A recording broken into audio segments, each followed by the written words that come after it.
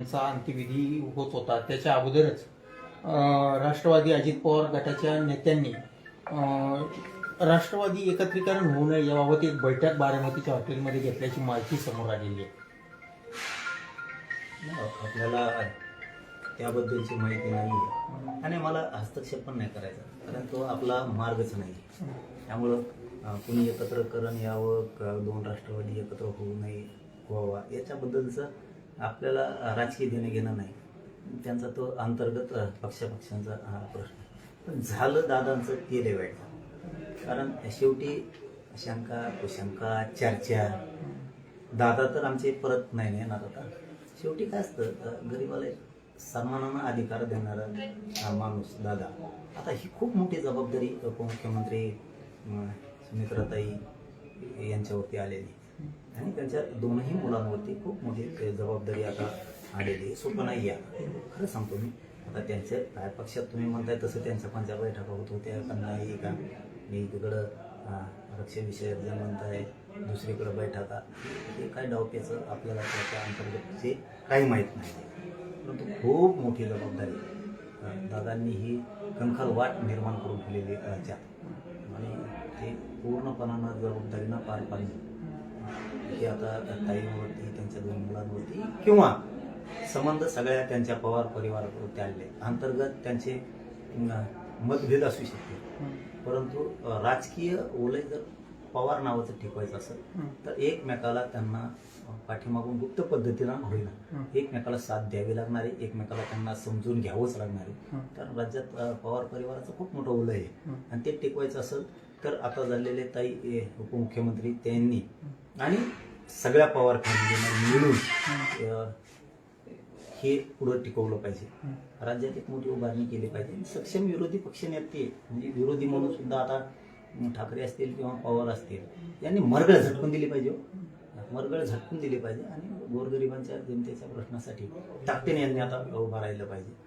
पुन्हा विषय तिथंच येतो की शेवटी पवार फॅमिली त्यांचे जरी काही राजकीय काही मतभेद असतील ते राजकारण, परंतु एक संघ एकमेकाला साथ देणं खूप गरजेचं आहे आणि एकमेकाला त्यांनी समजून घेणं सुद्धा गरजेचं आहे. सुनेत्रा पवार यांनी उपमुख्यमंत्री पदाची शपथ घेतल्याचं आता समोर आलेलं आहे.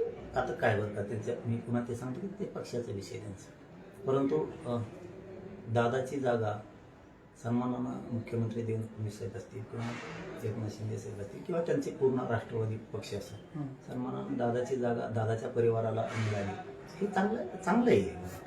आणि त्या कणखरपणानं सुमित्राताई चालवतील असं वाटतंय. का वाटतंय तर त्याचं कारण पण सांगतो की त्यांना पूर्वी ती मराठवाड्याची लेख आणि पश्चिम महाराष्ट्रातली सोन्या दोन्हीकडून राजकीय वारसा आहे त्यांना आणि जबरदस्त आहे आणि त्या मुशीत ते वाढलेल्या.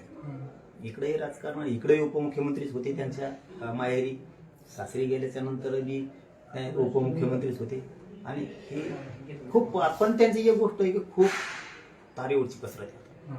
कारण इकडंही परिवार एकसंख त्यांना ठेवायचा आहे, पक्ष पण चालवायचा आहे आणि दादांच्या सगळ्या इच्छा, जनतेच्या सगळ्या इच्छा अपेक्षा त्यांना पूर्ण करायच्या आणि त्या सक्षमपणे पार पाडतील असं दिसतंय. आणि त्यांच्या दोनही पोरांनी खमक्यापणानं आपल्या आईच्या पाठीशी उभा राहायला पाहिजे. जर दादांनी काही सल्ले पोरांना दिले असतील, दोन्ही त्यांचे पार्थ असतील किंवा ते दुसरे जे पवार असतील, यांना जर काही सल्ले दिले असतील त्यांनी इथून पुढच्या काळात ते पाळले पाहिजेत.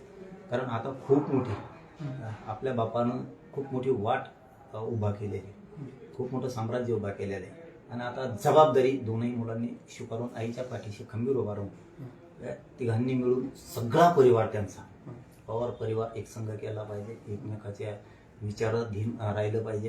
कारण त्याचं कारण असं आहे की सगळ्या परिवाराला सामावून घेऊन, कारण देशात खूप मोठं घराणं आहे ते पवार घराणं. याचं सांगण्याचं कारण एवढंच की सगळ्याला का म्हणतो मी की तुम्ही चर्चेत संवादात ठेवलं पाहिजे. त्याचं कारण असं आहे की पक्षात असणारी जी गिधडं असतात ना हे तात्पुरते असते. हे आम्ही पक्ष वाढितो, आम्ही अमकं करतो, ह्याव करतो, द्या आम्हाला मंत्रिपद, अमकं तमकं, हे खोटे नाटे करणार, मागं पुढे घेणार.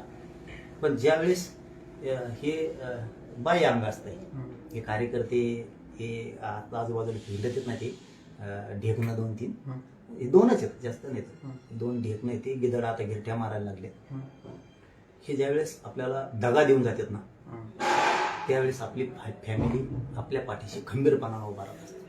हे उपमुख्यमंत्री सुमित्राताईंनी आणि त्यांच्या दोन्ही मुलांना समजून घेणं खूप गरजेचं आहे. ज्यावेळेस हे लोक दगा फाटका देऊन जातात ना, त्यावेळेस संकटाच्या काळात ढाल म्हणून आपला परिवार आपल्या पाठीशी उभा राहतो. आणि मला वाटतं त्यांच्या पाठीशी देवेंद्र फडणवीस साहेब सुद्धा ढाल म्हणून 100% उभा राहतील. पक्षातलेच मात्र सुमित्राताईंचं मनभेद करू शकतात, मनभेद करू शकतात, आणि त्याच्यात ते खूप चालाक आहेत, खूप चालाक आहेत. आता दिसत नव्हते हो अजित दादा, खरं आतापर्यंत दिसत नव्हते. दादांचं दुर्दैवी दादा आपल्यातून जावं आणि सगळा महाराष्ट्राने हळहळ करावी, आणि नेमकेच ते दिसायलेत आता मागं पुढे हिंडताना.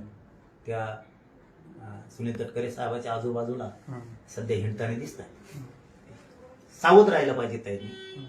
आम्ही तर आमच्या खंबीर येतो, आमचा विषय नाही, आम्ही त्यांच्या पाठपुराव्याला खंबीर आहे. परंतु हे आत्तापर्यंत दिसत नाही. दादांना सुद्धा कित्येक तरी वेळेस यांनी अडचणीत आणलेलं आहे.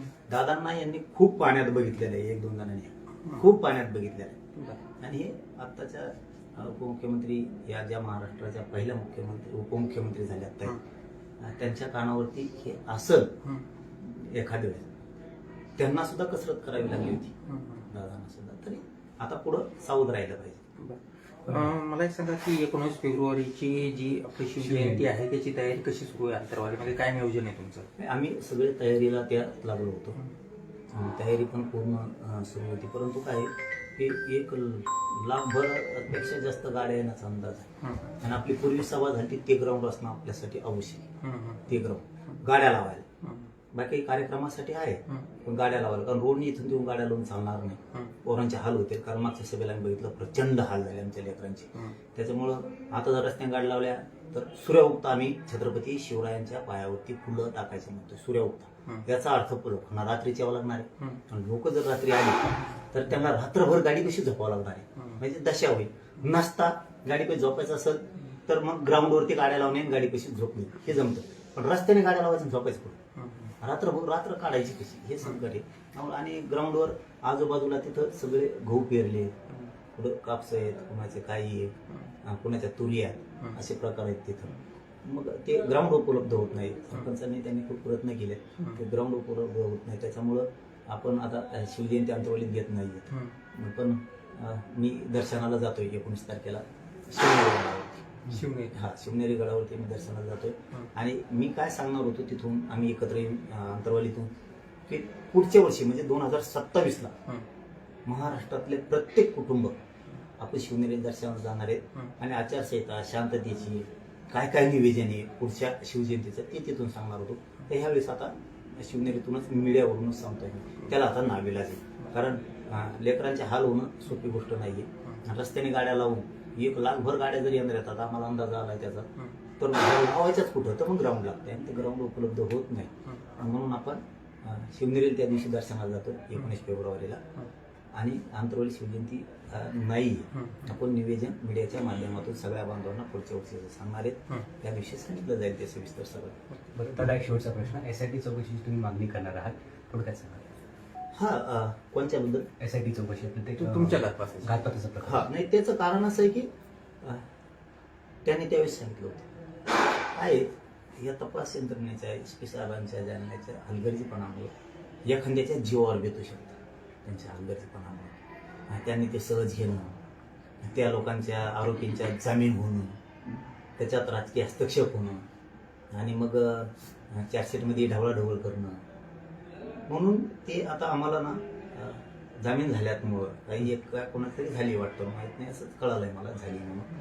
तर मग हे असं होणार असलं तर त्यांच्यापासून एक तर जीवाला धोका आहे. आणि धन्यानी कळस गाठलेला आहे. साधं सुद्धा अमुक तमुक चालू असतं, तो घातपातापर्यंत चालला म्हणजे आता आम्ही खूप सावध झाले आहे.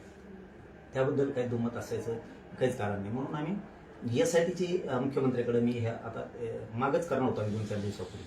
परंतु हे दादांचं असं झाल्यामुळं आम्ही थोडं थांबलो. आता आम्ही लवकरच मुख्यमंत्र्याकडं त्यांना पत्र पाठवून यासाठीची मागणी करणार आहे. तो तपास पुनर्वार होणार. त्याच्यात काय आमच्याकडं रेकॉर्डिंग घ्या, आमच्याकडे शूटिंग घ्या.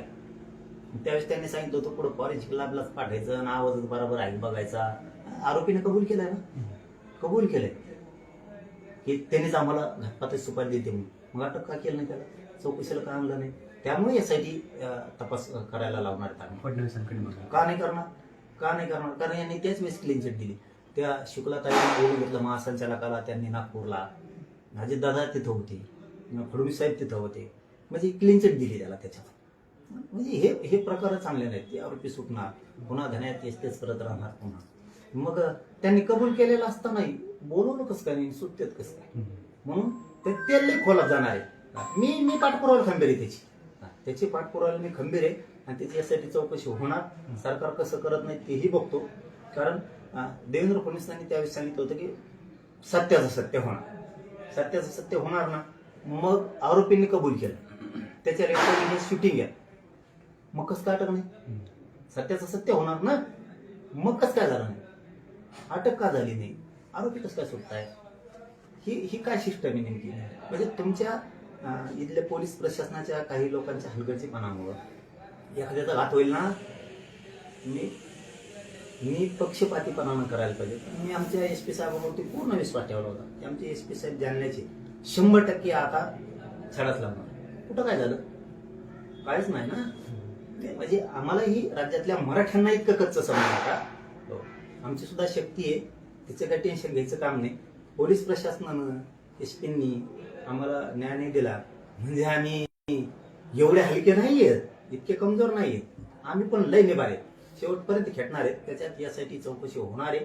कोणी हलगर्जीपणा केला तोही त्या चौकशीत येणार आहे. हो, त्यात अधिकारी असला तरी पण. आणि कसे सापडत नाहीत आणि कसा तपास झाला, कारण ते खरं कशाने 150 लोक होते त्या दिवशी ते ऐकायला. आणि त्याचं रेकॉर्डिंग घ्या, त्याच्या शूटिंग घ्या. आणि मग तुमचे काय झाले फॉरेन्सिक लॅबचे रिपोर्टचं काय झालं? तुम्ही तपास केला त्याचं काय झालं? तुम्हीच म्हणलात की ते मान्य केलंय आरोपींनी. ते नाही म्हणते तर घेणार कुठे आम्ही येतो ना. मी तो धन्याला घ्या, हो देणार कुठे त्याच्यात, पण त्याच्यात यासाठी नियुक्त करायला लावणार. कधी करणार नाही मागणी? आता हे मला वाटतं हे जिल्हा परिषद पर्यंत त्यांना काही वेळ नसेल, तरी आम्ही पत्र पाठवणार आहे. त्यांना वेळ असो नसो, आम्ही 1-2 दिवसात पत्र करणार आहे.